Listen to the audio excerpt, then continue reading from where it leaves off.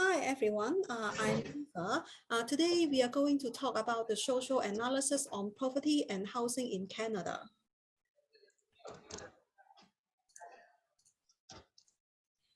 Here is the agenda of our topic. We will begin with the introduction and then background and context, research, case study, dominant ideology, counter ideology, structure and illustration, action and solution, and then we will have a short wrap up and conclusion. Nowadays, the low income class people is difficult to find a house because of the demand and supply gap of housing. And our objective of the presentation is give you an in-depth analysis about the poverty in Canada, as well as the housing problems. Now, we will talk about the background and context. Hi, my name is Akash, and I'm going to talk a bit about the background and context of the poverty and housing problems in Canada. And the number of Canadians living below the poverty line is a common indicator of the country's level of economic hardship. It's because it's a measure of how many people are unable to meet their basic needs due to lack of income or resources. Next, it's the measures, some of the measures that indicate low income according to the government of Canada. The first one is the low income cutoffs.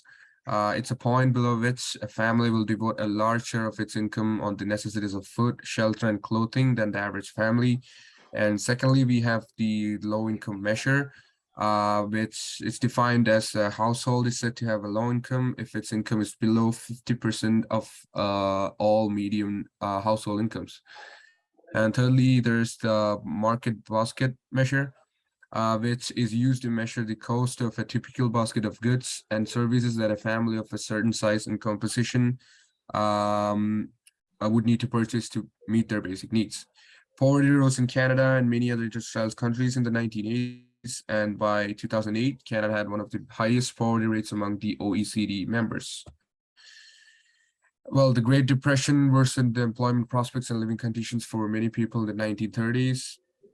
This was largely due to Canada, the fact that Canada had one of the lowest levels of social spending among the OECD countries. Food insecurity, which is linked to physical and mental health, and the healthcare poverty, where healthcare needs not being met when needed. The other factor is the racialized poverty, when communities face discrimination, exclusion, and other oppressions. And most importantly, it's the housing poverty, which is the most common among all, which will be further discussed in the coming slides.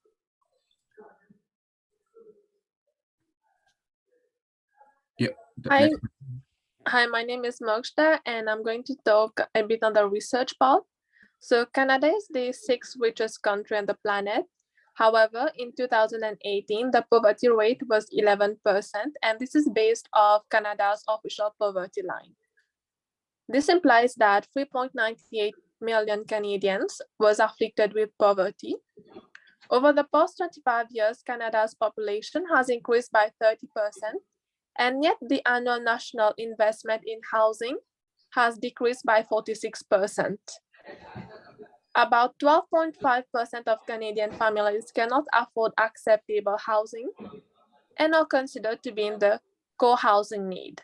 1 in every 5 households experience serious housing affordability issues and spend over 50% of their income on rent, which puts them at risk of being homeless. More than 235,000 people in Canada experience homelessness in any given year, costing the Canadian economy $8 billion annually. 1.3 million Canadians have experienced homelessness over the last 5 years.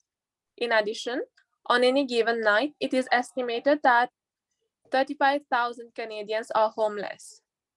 In Toronto only, there were approximately 5,219 people who experienced homelessness in 2013, and nearly half of them were on the waitlist for affordable housing during the same period. In British Columbia, homelessness is connected to the lack of affordable housing in the province.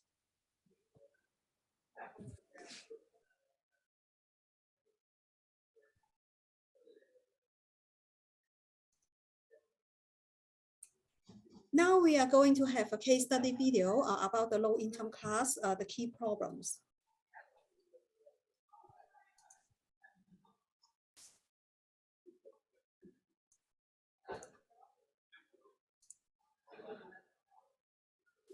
Mike? Well, Donna, this is something a lot of experts call a crisis, but we got emails from people who are living it. One of them, a gentleman from Pemberton, British Columbia, it's about 2 hours north of Vancouver, a gentleman who says he's stuck in an old trailer basically because everything else is unaffordable. Well, we decided to check in on it. He doesn't want to complain, and Terry O'Connor has a pretty good job. He's a truck driver at a local quarry. But this trailer is about all he can afford. Well, I've got 5 people living in 540 square feet, and I've got 2 animals, so I can't go anywhere. Now, new housing is going up in and around Pemberton all the time. Whistler's just a half hour south, and it's booming. It's just not affordable. Rents have exploded to the point even a 1-bedroom apartment can go for about $2,400 a month. How are you going to afford that? That would blow O'Connor's budget. You can't. And then you're spending, 60, 80% of your paycheck on housing. How are you going to live? Well, that's a struggle felt across Canada. What was once a big city problem spread to the suburbs, and now even further. Budgets are strained to the point about 800,000 households are spending more than half their income on rent. Paying too much on rent really has become the new normal for Canadians in small, mid-sized, and large communities right across the country. It took a while to get this bad. Back in the 90s, developers saw more money in condos and turned away from building new rental apartments. Add to that a growing population and more people priced out of buying homes. Supply fell way behind demand, rents skyrocketed, salaries didn't. I think that as housing prices and rents have gone up, incomes have remained relatively flat. Parties are promising to build new affordable housing with things like incentives to developers. But the end of this crisis isn't around the corner. Even once the project is approved, it can take 2, 3, 4, 5, upwards of 7 years to get those homes built. That's terrible. I mean, it's for me, it's the number one issue. O'Connor makes no bones about it. As he told us in his original letter, his vote will go to whichever party, quote, blows the housing horn the loudest. Donna? All right, Mike Armstrong in Montreal. Thanks. Mike? Well, Donna,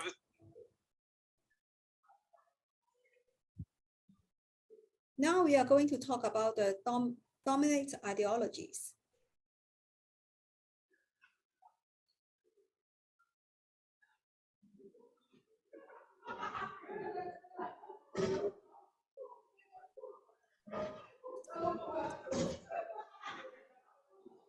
Oh, who is doing the dominant ideology?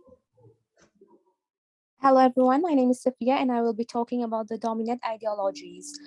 So for the dominant ideologies, it is the one that prevails the most in Canada, that is the ideology postulates that the reduction of state interventions in economic and social activities and deregulation of labor and financial market. That is, there's less intervention of the government in the process of poverty and all. And the next one, we have the structural ideology. This ideology stands that poverty results from problems in society that lead to a lack of opportunity and a lack of jobs. And structural explanation mostly blames the system approach. And the next ideology, we have the individualistic ideology, that is the dominant approach, which locates the origins of poverty in individual attributes. It results from the fact that poor people lack the motivation to work and have certain beliefs and values that contribute to their poverty.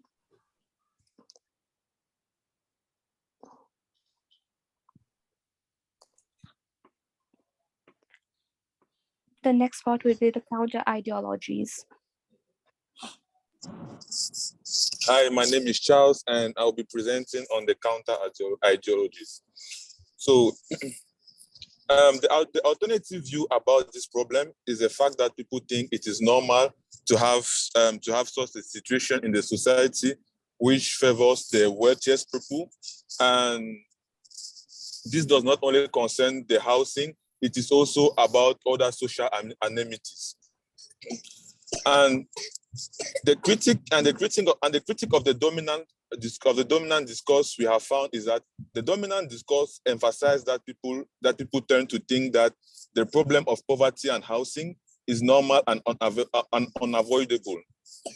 In contradiction to this, the issue of housing from a personal research point of view, an average housing fee in Ontario region, for instance, is about $2,000 for a 2-bed apartment, whereas in the Quebec region, the average 2-bed housing, the average 2-bed housing is about $1,200.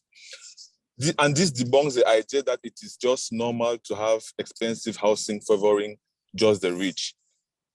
If it was normal, then it would have been the same price range for the both regions. And the attitude and beliefs are put forward from people who want to solve this problem are that the attitude from these people is that they believe the problem exists, and they believe this problem exists because there are certain restrictions in the job market, like the fact that the international students can't work more than a certain number of hours, and forget about the fact that students have rent to pay, and therefore there is no subsidy put in place by the government to reduce the rent they pay, given the fact that they can work only a certain number of hours. And also, the next question we'll be answering is, how do the progressive attitude and beliefs differ from the dominant discourse that maintain the problem? So they differ because the dominant ideologies stand for the fact that it is normal, that it is a normality, but the argument from the counter ideologies differ from that regards to the fact that the government intervention could be enough to tackle this problem from the roots.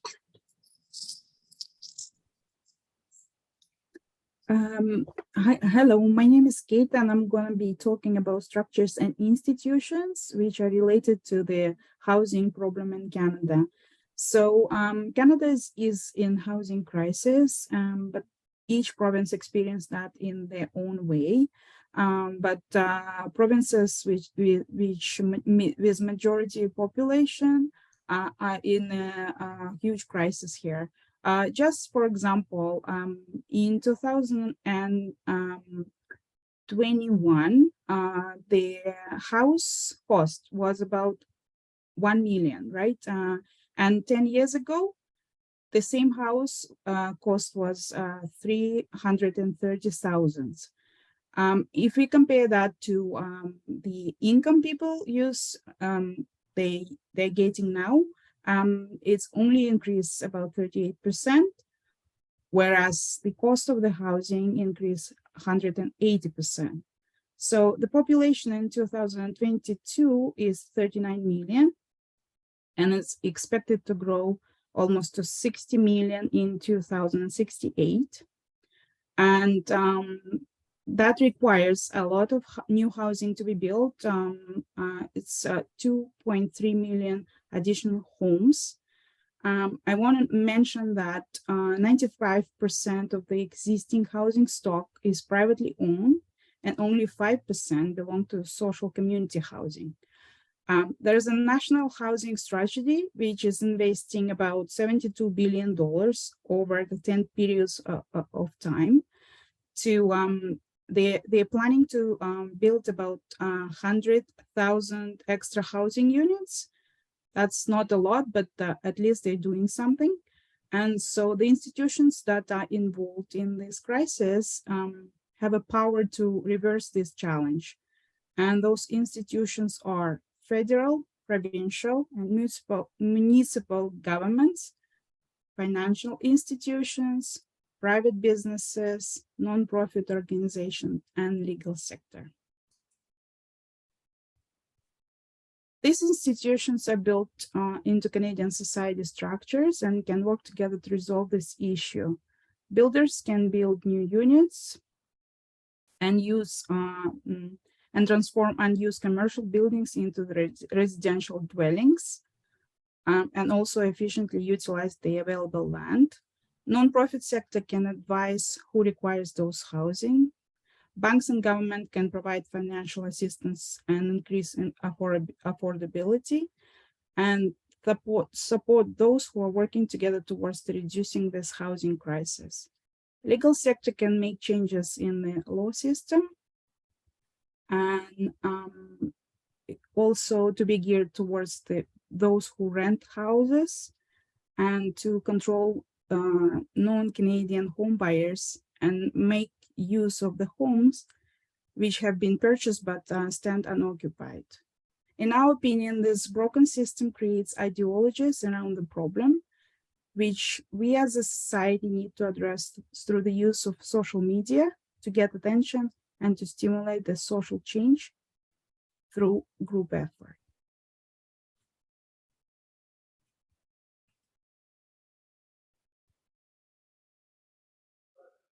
Hi everyone, I'm doing the actions and solutions for poverty and housing in Canada.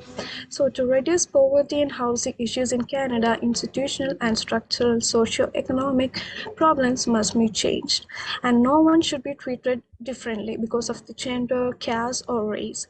And education also facilitates access to housing and career opportunity. And implementing tax credits like the earned income tax and child tax credit are always ways to reduce poverty in Canada. According to our group, the greatest method to end poverty and housing in Canada is to implement new laws and initiatives that aid in job creation and consequently lessen the poverty and housing issues. To conclude, it is crucial for an individual to view housing and poverty in Canada as a social issue than a personal one. The most effective way to bring out these changes might be to guarantee everyone equality and right, and this problem could be resolved successfully by a new employment program. Thank you. Thank you. And I'm going to do the short conclusion and wrap up. Housing is one of the key problems in the low income class. 1.3 million Canadians have experienced homelessness over the last 5 years, even we are the 6th richest country on the planet. The different ideologies stand in different point of view on the problem of poverty. The government, communications, organization, and even the individuals plays a different role to access the problem of poverty. Thank you very much. Here is the sources of APA format, and thank you.